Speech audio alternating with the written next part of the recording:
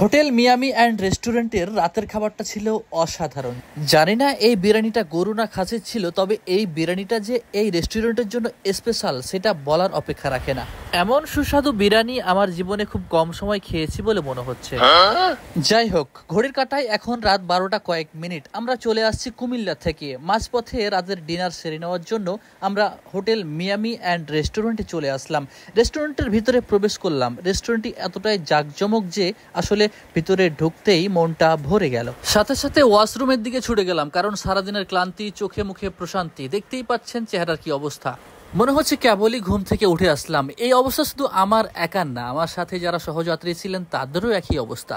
Cameraman Nazmul ভাই, রিপন ভাই, মামুন ভাই, আব্দুর রব ভাই, এছাড়াও দেখতে পাচ্ছেন আমাদের ফয়সাল ভাইকে। একই সঙ্গে আজকে আমাদের সাথে রয়েছেন সেলিব্রিটি ইউটিউবার স্বপন আহমেদ সহ তার দলবল। সকলের চোখে মুখেই ক্লান্তির ছাপ। তারপরও মন খুলে হাসার চেষ্টা করছি, কারণ হাসির উপকারিতা আছে।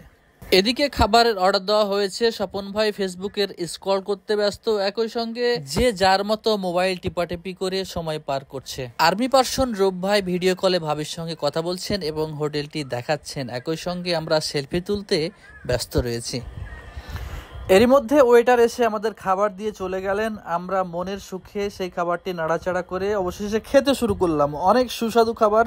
এরকম বিরিয়ানি খেতে পেরে আসলে নিজেকে খুব ভালো লাগছে। এর আগে এরকম বিরিয়ানি আসলে খুব কম সময় খাওয়া হয়েছে। একই সাথে আপনারা দেখতে পাচ্ছেন স্বপন আহমেদ ভাই, আমাদের মামুন ভাই, রিপন ভাই, ফয়সাল ভাই আপন আপন সবাই খেতে শুরু করলেন। আমাদের গাড়ির যিনি ড্রাইভার রয়েছেন তিনিও আসলে খাওয়া দাওয়া শুরু করলেন। দেখতেই পাচ্ছেন সুন্দর একটি মুহূর্ত। আর এই মুহূর্তটিকে ধরে রাখার জন্য নিজেকে ক্যামেরা বন্দি করে ফেললাম, খাওয়ার ভিডিও ধারণ করলাম। এই ছিল আজকের ভিডিওতে। দেখা হবে নতুন কোনো ভিডিও নিয়ে, নতুন কোনো বিষয় নিয়ে। সে পর্যন্ত সবাই ভালো থাকুন। আল্লাহ হাফেজ।